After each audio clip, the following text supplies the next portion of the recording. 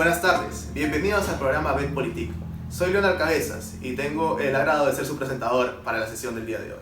Quisiera iniciar la sesión del día de hoy con una frase de Aldous Huxley, la cual menciona en su texto Un mundo feliz, la cual, y cito textualmente, uno cree las cosas porque ha sido condicionado para creerlas. Los medios de comunicación hoy en día poseen un gran poder sobre la población. Ellos son quienes informan acerca de lo sucedido y las noticias del día de hoy. Esta información debería ser objetiva y que esté al alcance de todos. Asimismo, quienes informan, ellos son quienes forman esta opinión pública que los ciudadanos van a tener frente a los políticos, frente a la economía y frente a los problemas en la sociedad. Algo muy importante y que muchas veces no se menciona es que nosotros, los ciudadanos, tenemos un derecho muy importante, que es incluso un derecho humano. Este es el derecho a la información. El derecho a la información no solamente comprende el pedir información hacia un ente gubernamental o quizás solicitar información a una municipalidad. También comprende el que la información que recibimos sea objetiva y de calidad. Sin embargo, muchas veces la realidad dista de lo que dice el papel. Tristemente, el tema del cual hablaremos el día de hoy es uno de estos casos. Los grandes medios de comunicación han virado el objetivo de informar hacia un objetivo de entretener. Estos grandes medios, que son empresas, lo que buscan es maximizar sus utilidades y sus beneficios para sus accionistas y dejan de lado este derecho que nosotros tenemos hacia el derecho a la información. Esto ha hecho que se ha virado una cultura acerca de la información hacia una cultura del espectáculo y también nos cabe la pregunta, ¿ese es el único motivo por el cual los grandes medios han pasado de informar a entretener? A lo largo de la historia han habido casos en los cuales los gobiernos han usado estos medios para poder generar una mayor aprobación y también para incluso temas tan polémicos como el apoyo hacia una guerra. Para explicar mejor el tema, tenemos dentro de la mesa los siguientes panelistas. Nilda Mostefini, bienvenida al programa. Gracias. Yo les voy a hablar sobre el sensacionalismo. Bueno, les voy a comentar sobre el origen, las características, los objetivos y eso. Muchas gracias. Continuando con la mesa, tenemos a Jocelyn Castañeda. Jocelyn, bienvenida. Hola. Bueno, en mi caso yo les voy a hablar sobre la prensa chicha, cómo surge en el Perú, qué tipos de prensas hay acá y también sobre la actualidad. Gracias. Del lado derecho de la mesa tenemos a Camila. Camila, bienvenida al programa. Hola, ¿qué tal? Mucho gusto, Leonard. En esta oportunidad yo les voy a hablar sobre la cultura del espectáculo. ¿Qué es? ¿Cómo es que surge esta cultura del espectáculo? ¿Y cómo es que se desarrolla hasta el día de hoy? Gracias. Y por último tenemos a Jover Julka aquí. Bienvenido al programa, Jover. Un gusto, Leonard. Bueno, en esta oportunidad me ha tocado un poco y voy a hablar sobre la influencia de la guerra, ¿no? Y los medios de comunicación en todo el proceso de la historia y más a partir del siglo XX, que ha influenciado bastante. Gracias, Jover. Entonces, empezaremos con la primera panelista. Nilda, me contaste que ibas a hablar acerca del sensacionalismo. ¿Nos podrías ahondar un poco más en el tema, por favor?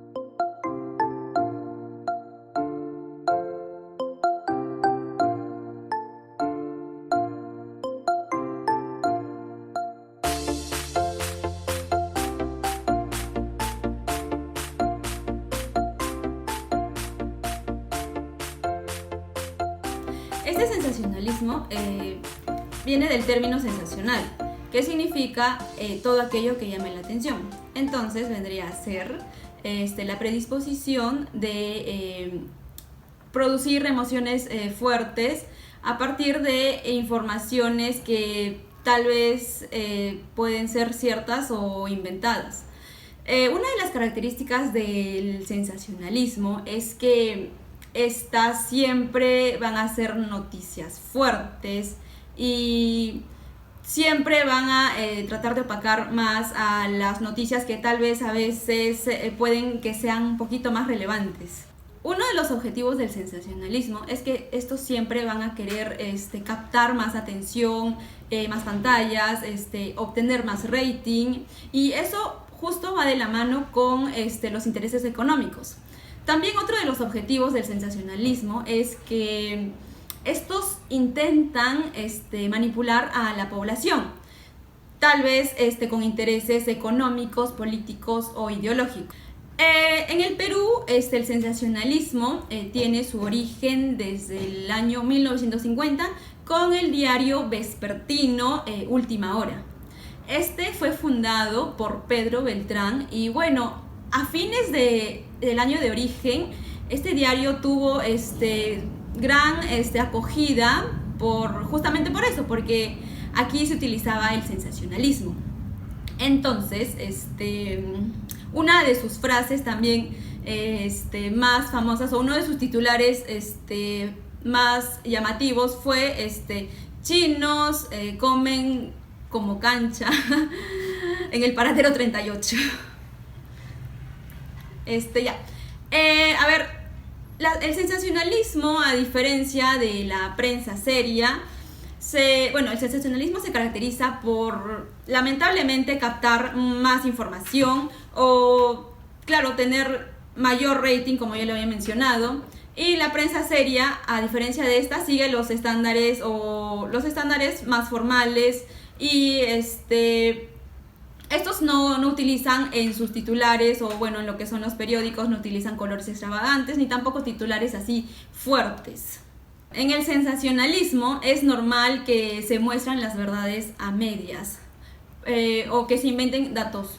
Por ejemplo, ha ocurrido un accidente y obviamente este accidente de por sí ya es malo, pero los que se encargan de difundir esta información masifican el número de heridos, masifican el número de muertos solo para justificar que estén saliendo en el titular del periódico o que esta información sea difundida en horario estelar.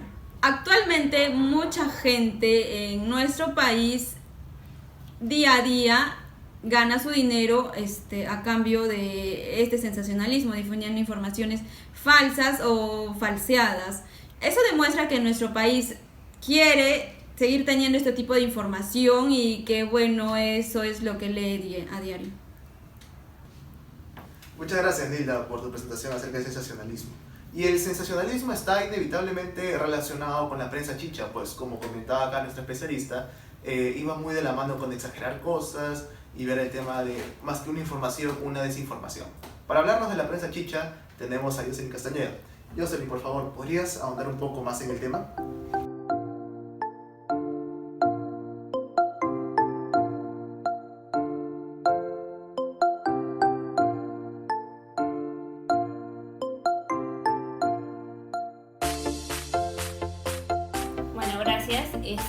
Como acaba de mencionar, yo voy a hablar sobre la prensa chicha. Cabe resaltar que este término se utiliza solamente en Perú, ¿no? El término de prensa chicha, porque internacionalmente es sensacionalismo. Bueno, prensa chicha o periodismo chicha es una forma de sensacionalismo en el Perú, que a través de los años ha ido captando muchos lectores anteriormente y hasta hoy, ¿no?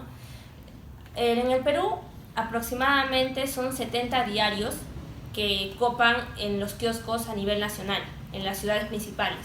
Pero hablando solamente de Lima, podríamos decir que hay 25 diarios, en lo cual son muy famosos y pues tocan diferentes temas, así como la economía, la política, los sensacionalistas y también los diarios chicha.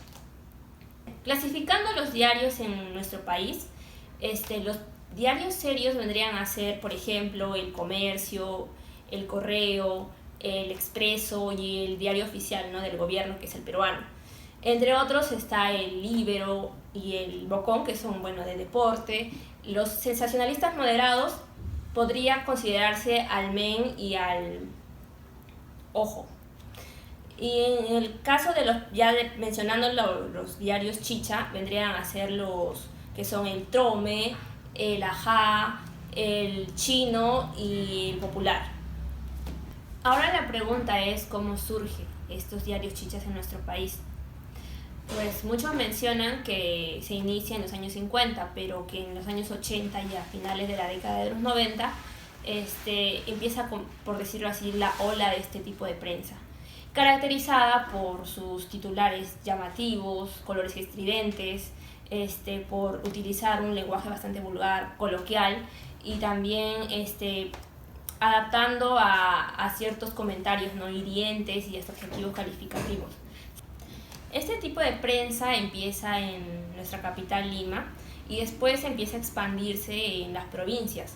Pero cabe resaltar una característica de estas, es el lenguaje, que es bastante vulgar y bastante popular, ¿no? Utilizan jergas para redactar sus titulares y de esta manera así llegar más a las clases, por decirlo así, bajas, porque ellos son los que más adquieren este tipo de diarios.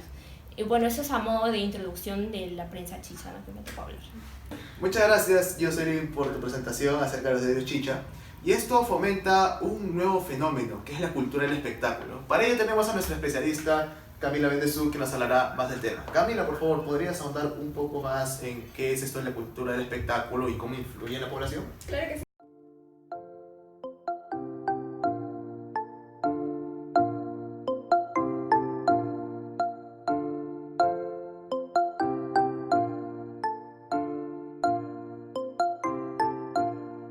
Ahora bien, como les acaba de mencionar Leona, yo les voy a hablar sobre la cultura del espectáculo.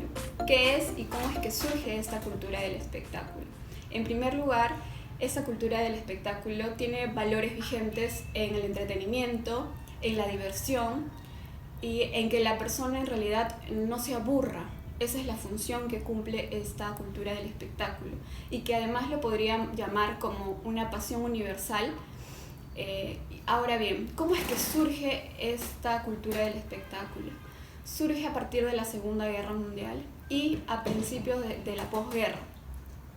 Luego de esta etapa difícil que vivió la humanidad, surge una extraordinaria etapa en la que la economía se incrementó y también se incrementó las clases medias.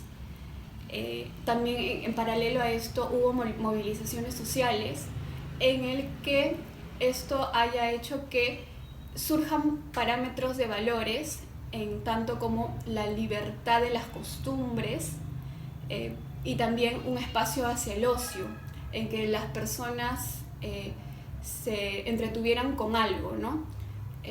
Entonces esto influyó en el que la industria del entretenimiento surgiera. Esto ha llevado, ¿y cómo es que actualmente seguimos con esto? Esta industria del entretenimiento. Actualmente seguimos con esta industria porque lo podemos evidenciar en los programas que actualmente lo tiene la mayoría de los países, en el que en estos programas se puede evidenciar a adultos en el que por decirse se han infantilizado, por decirlo de alguna manera se han infantilizado porque si bien es cierto, estos adultos, tú apenas prendes la tele, ves a adultos que están jugando juegos que jugábamos cuando éramos niños. ¿Cómo es que esto ha llegado a tal punto en el que la sociedad ha perdido su capacidad crítica? Y bien ahora, la tele es un indicador relevante de que se evidencia en el que los programas del espectáculo pongan contenidos por decirlo de alguna manera, poco educativos, y es que los dueños de las televisoras hacen que los programas que tengan, por decirlo de alguna manera, mayor creatividad, se pongan en horarios imposibles en que la gente no lo pueda ver. Y es que los dueños suponen que si lo van a ver una minoritaria gente. Es entonces en el que se muestra un fenómeno en el que se han analizado las cosas y que esto no solo se evidencia en el Perú, sino en todas partes del mundo. Muchas gracias, Camila, por la explicación acerca de la cultura del espectáculo.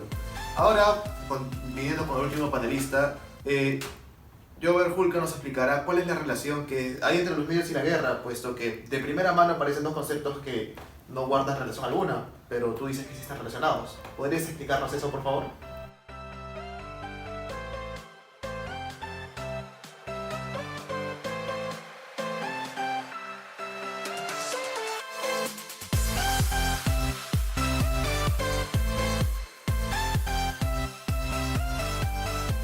Leo.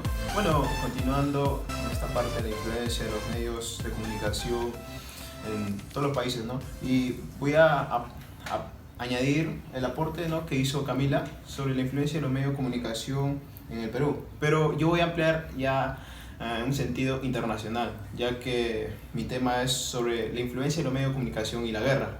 Que este proceso de influencia y esta conjugación de la guerra y los medios ya se da desde inicios del siglo XX, dándose así en la Primera Guerra Mundial, ¿no?, con las primeras fotografías de víctimas. Y esta influencia que se da a partir de la Segunda Guerra Mundial, ¿no?, con la aparición de la TV y la grabación de videos, ¿no?, que tratan de mostrar a la población solo una parte.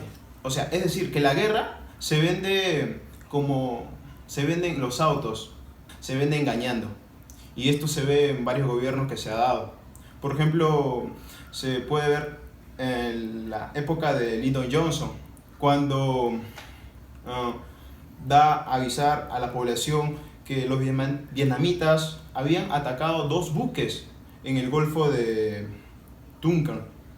Y esto relacionado con el apoyo de los medios de comunicación y la influencia que esto tuvo, ¿no?, y la población trató de apoyarlos. Y es ahí donde se inició la invasión. Ya todo ese proceso de conflicto que se dio durante muchos años en Vietnam, la población sintió que se tenía que hacer, ¿no?, por esas víctimas que los vietnamitas habían realizado, y que en realidad no había pasado eso. Ya pasado todo ese suceso, se dieron cuenta, ¿no?, con este proceso de información, con todos los avisos de otros países, que esa invasión, ese ataque a los buques fue mentira.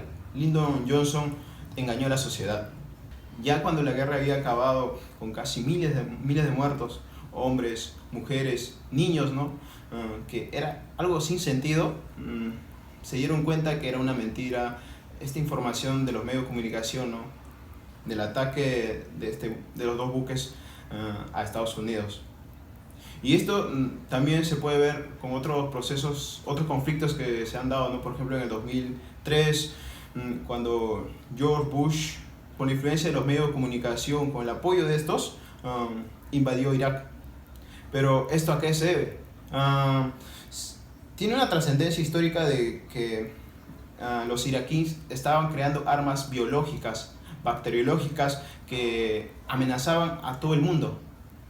Y esa influencia de decir a la gente, ¿no?, que todos vamos a morir, generó en la sociedad, o sea, un miedo tremendo, dándole un apoyo al presidente George Bush, generando también que estos iraquíes fueron los culpables en la destrucción de las dos torres gemelas que se dio, que el culpable fue Saddam Hussein apoyando a la Al-Qaeda.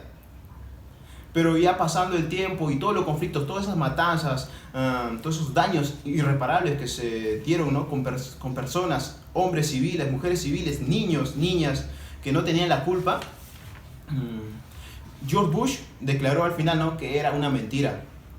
Era algo que no había pasado, había exagerado. Pidió disculpas a la sociedad estadounidense.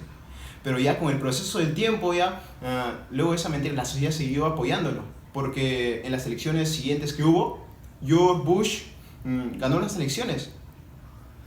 Entonces hay una paradoja, ¿no?, de cómo los medios de comunicación trabajan siempre con la influencia de la guerra. Ya marcando todo esto sobre la influencia de los medios de comunicación en las guerras, podemos ver que los medios tienen un gran poder, y en el siglo XXI aún más, ya que se conjuga la televisión, la internet y esta tecnología que se da, ¿no?, en todos los países, ¿no?, una globalización que genera mayor polémica en la sociedad, donde las personas tratan de buscar esa información que sea relacionado a los conflictos, a las muertes, asesinatos, terrorismo y todo eso, porque la gente, como dijo mi compañera Nilda, sensacionalismo. Pero también hay una cuestión de los medios de comunicación, de cómo comunican eso, porque tenemos que ver en esa perspectiva que hay que saber comunicar, y también cómo los medios tratan de apoyar a un gobierno, ¿no?, ya que un gobierno depende de esos medios de comunicación, pero también la comunicación misma. Por ejemplo, si un gobierno trata de atacar, se da un conflicto con otro país, y si es que pierde, los medios de comunicación tratan de buscar cómo defender eso. Entonces hay una paradoja de hay que saber comunicar las victorias y también las derrotas.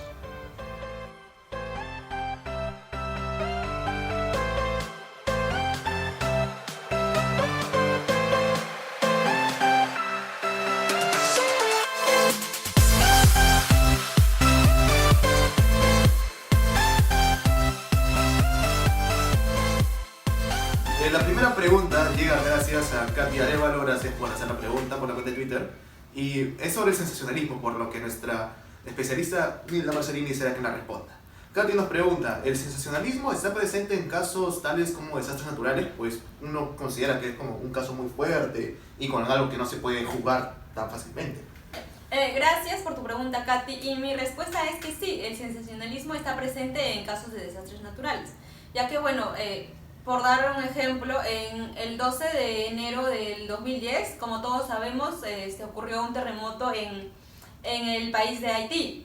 Bueno, aquí todos los países del mundo estaban atentos y estaban mandando periodistas para tratar de mantener cobertura a este desastre, ya sea por el rescate de damnificados o de ver qué sucedía en esos momentos ahí.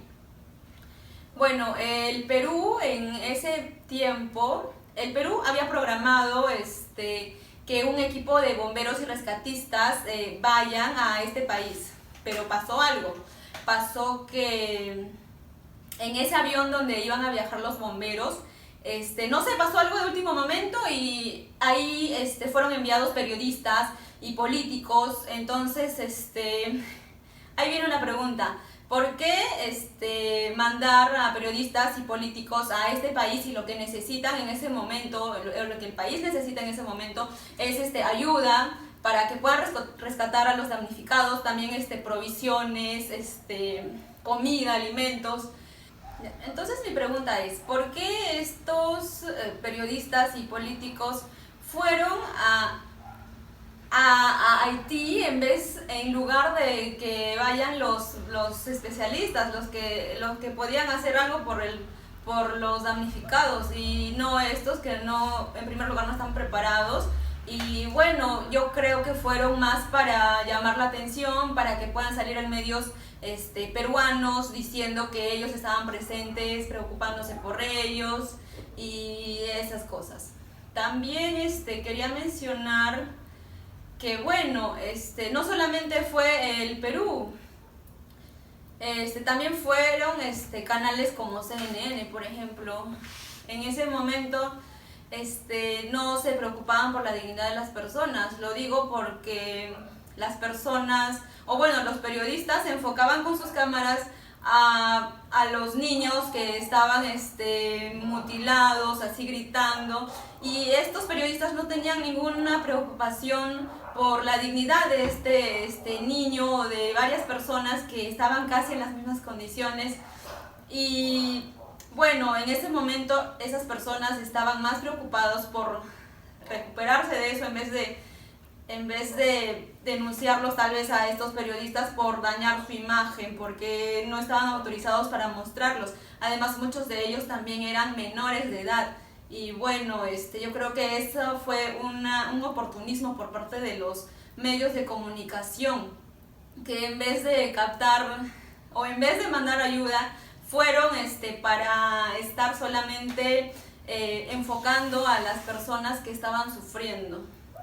Entonces eso responde a la pregunta de Katy. Obviamente el sensacionalismo está presente en los desastres porque bueno, los periodistas, otra vez vale la redundancia, estaban solo preocupados por tener más rating en sus países y veían a las personas como objetos, como material de venta, porque en sus países los iban a ver e iban a pensar que están siendo transmitidos por, bueno, los ciudadanos del país que estaban viendo iban a pensar que los estaban ayudando, pero no. Esto dañaba su dignidad y bueno, yo creo que no debió ser así y de que el Perú debió apoyar un poquito más. Muchas gracias, Nilda. Espero, Katy, que la respuesta haya sido suficiente.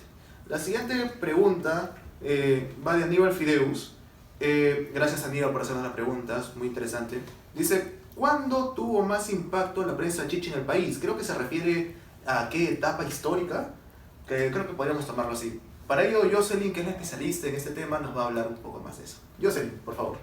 Bueno, respondiendo a la pregunta de nuestro amigo, se podría decir que aproximadamente la prensa chicha tuvo más impacto a finales de la década de los 90 con el gobierno de Alberto Fujimori. En 1997, para ser exactos, este tipo de humor chabacano que tenía este tipo de prensa empieza ya a irse más a lo que es lo político. El expresidente Alberto Fujimori es quien utiliza a esta prensa para apoyar, por decirlo así, a su gobierno, puesto que en ese entonces todos sabemos que estaba prácticamente decayendo. Entonces él los utiliza para crear caos y confusión en la opinión pública.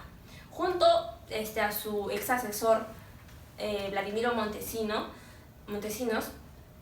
él paga una gran cantidad de dinero a los dueños de esta prensa para que puedan atacar a sus contrincantes, incluso hasta periodistas que estaban en contra del régimen, ¿no?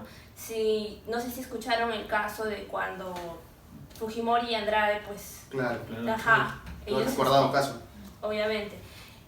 Fujimori estaba, como por decirlo así, celoso de la popularidad de Andrade, que en ese entonces era el alcalde de Lima, y empieza este tipo de prensa empieza a tener adjetivos bastante hirientes para el alcalde de Lima.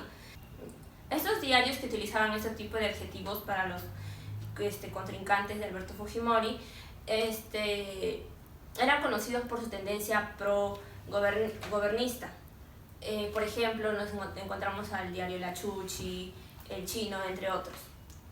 Pero en el 2001, ya con el escándalo de los Vladivideos, se sale perfectamente que el asesor Vladimiro les paga una gran cantidad de dinero y todo esto se hace un escándalo, y obviamente estos dueños de estas empresas de prensa tuvieron que enfrentar procesos judiciales. Algunos desaparecieron debido a esto, mientras que otros todavía, como no se les encontraron un vínculo directo con el gobierno de ese entonces, pues siguen hasta ahora, ¿no? Pero sin embargo ha pasado, creo que ya más de una década, y aún así estos diarios siguen alentando el morbo con el escándalo. Incluso podremos encontrar que uno de los diarios más vendidos en todo el Perú, lastimosamente, es El Trome. Bueno, espero haber respondido a la pregunta de... Muchas gracias, Jocelyn. Aníbal, Fideus, espero que la pregunta haya sido respondida. Prosiguiendo con la búsqueda de más preguntas, la siguiente pregunta en Twitter llega gracias a @StevenJerryVillacorta. Muchas gracias, Steven, por tu pregunta. La voy a proceder a leer. Dice: en los conflictos en Latinoamérica, ¿de qué manera influyeron los medios en la guerra? Justamente Jover fue el especialista que nos comentó que la guerra y los medios estaban relacionados. Entonces, eso tan teórico hay que traerlo al ámbito local. ¿Cómo en Latinoamérica, porque sabemos que quizás no hay unas guerras, sino guerrillas, otros conflictos, influyen ahí también los medios? Gracias, Jerry y Steven, por la pregunta. Bueno, primero, antes que nada, vamos a diferenciar en relación a las guerras, ¿no?, que tú has mencionado. Primero que nada, de antes lo que había abarcado era sobre las guerras internacionales en relación a la zona europea, ¿no?, sobre el caso de Irak y todo ello. Pero si es que nos basamos a la zona de Latinoamérica, podemos diferenciar que ya es diferente, son conflictos internos, son guerras ya convencionales, de baja intensidad. Como ejemplo puedo poner el país de Colombia, sobre los conflictos que se ha dado en relación a la FARC, claro, y los acuerdos de paz con el gobierno mismo, ¿no? Y eso tiene una trascendencia misma, ¿no?, desde ya 50 años. Y esto podemos verlo, ¿no?, cómo el gobierno mismo ha tratado de buscar establecer un acuerdo, buscar alianzas, ¿no?, buscar estrategias para pacificar todos estos conflictos dados, ¿no?, de más de 50 años. Pero acá siempre intervienen los medios de comunicación, como se puede ver. Y más se ha visto a partir del 2010 para adelante, ¿no?, donde ya el gobierno de Juan Manuel Santos tenía otra perspectiva de buscar pacificar todo esto, todos los hechos sucedidos, todas las víctimas, todos los antecedentes vistos, ¿no? Mayormente en los años 80, 90, ¿no? Que las víctimas fue grande. Y los medios de comunicación siempre trataban de afianzarse al gobierno, ¿no? Y en la actualidad es bastante notorio por la dependencia del gobierno mismo, ¿no? Porque como pueden ver las personas mismas, ¿no? Ya no se compran tanto los periódicos. Toda la información se puede ver en internet, en un celular, en una tablet y todo ello. Y no es costoso, es gratis. Los medios de comunicación ya no dependen de esa venta, de esas revistas y todo ello. Entonces podemos ver que lo que había mencionado del gobierno de Juan Manuel Santos, los medios de comunicación acapararon bastante, ¿no? en esta pacificación de conflicto. Cosas de la vida que pasa, ¿no? Que se dio el 2 de octubre en el plebiscito, ¿no? Claro. De buscar así que la sociedad elija si es que quieren la paz o no. Y un tremendo espectáculo que se dio porque ganó el no con un 51% contra un 49% de un sí. Y fue una paradoja, ¿no? Donde se empezó a dar una polaridad en la sociedad, ¿no?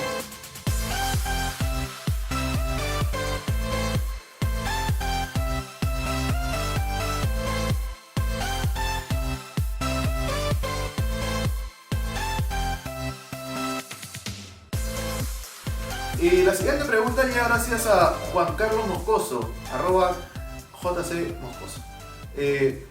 La pregunta que formula, gracias Juan Carlos, es: ¿consideras que la cultura del espectáculo ha deteriorado la sociedad? Nuestra especialista es justamente en ese tema, Camila, ¿nos podría dar una opinión acerca de si de verdad esta cultura del espectáculo, este cambio de los medios, este nuevo enfoque, ha contribuido quizás a un deterioro de la sociedad?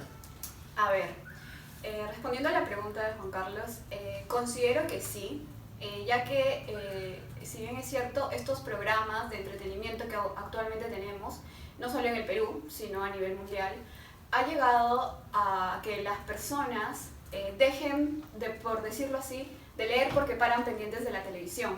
Entonces, si paran pendientes de la televisión, ¿qué es lo que sucede? Esa cultura de espectáculo en que ellos siempre paran prendidos de este medio, ha hecho que la población tenga o deje de pensar o de manera crítica, ¿no? Entonces, esto se logra mediante leyendo, como si bien es cierto, esta crítica que las personas nos vamos formando desde niños, con valores que te forma la familia. Es ahí donde considero que la sociedad se ha venido decayendo poco a poco. Además que también podemos ver o evidenciarlo con estos noticieros en los que se ven a candidatos que, si bien es cierto, van cada día a los medios de televisión para que se hagan visibles. Entonces, esto ha generado que la población actualmente en Perú se vote por esos candidatos que se presentan cada día en los noticieros. Entonces, la población, al no tener este pensamiento crítico, ha hecho de que solamente vote por el aspecto físico, por la apariencia que se muestra en la televisión, y no se ha puesto a analizar sus propuestas, cómo es como persona, si es que ha tenido o ha llevado algún logro que pueda ayudar a contribuir a la sociedad. Es entonces ahí en el que la población ha venido decayendo por no contar con estos valores que considero que se ha perdido. Eso, lo que tú comentas, suena bastante a lo que Sartori proponía en el Homo Videns. Justamente este tema de la videopolítica y de que el medio de comunicación es el nuevo espacio. Mencionaste a los políticos. ¿Qué reflexión te lleva a esto? A ver, lo que puedo aportar es que, como bien dije, la televisión ha sido una influencia para estos adultos en los que, como bien lo dije en el anterior, ha hecho de que los adultos nos infantilicemos, por así decirlo. Es entonces ahí en el que se puede llegar a la conclusión de que la revolución de la política ha influenciado en la cultura del espectáculo. Muchas gracias, Camila, por la respuesta. Ahora ustedes saben que el tiempo es tirano dentro de los medios y es por eso que vamos a presentar las conclusiones. En cuanto a las conclusiones, sabemos que los medios de comunicación han revolucionado este aspecto de la política, de la sociedad. Empecemos hablando de la sociedad. ¿Por qué de la sociedad? Porque ellos son quienes nos influencian y quienes nos ayudan por medio de la información a tomar las mejores decisiones y ver hacia quién orientamos nuestro apoyo. El problema está en que esta cultura del espectáculo, al ser un espacio muy semiótico y semántico, es decir, se centra más en las imágenes, en los símbolos, antes que en las propias ideas e ideologías que han sido dejadas de lado, más aún con este impacto, han logrado de que la población se interese cada vez menos en esto, y más en quién tiene la mejor cara, quién tiene la mejor propaganda, quién tiene la mejor idea, entre comillas, pero que se pasa en los medios. Esta cultura del espectáculo, del sensacionalismo, nos ha hecho que la sociedad cada vez reflexione menos. Hablando ahora de la cultura del espectáculo y del sensacionalismo, esto nos hace recordar mucho a un autor politólogo italiano, Giovanni Sartori, que en su libro Homo Videns hablaba de cómo en los medios está este nuevo espacio de la política. Y en este espacio justamente se vive netamente en una cultura del espectáculo. Cultura del espectáculo que no es una causal ni una involución, sino es a propósito por parte de los medios, pues busca generar más recursos y más ganancias, puesto que no dejan de ser empresas. Sensacionalismo y prensa chicha, que terminan estando muy relacionadas. En nuestro país tenemos un precedente muy claro, como bien mencionaba Jocelyn, el tema de Fujimori.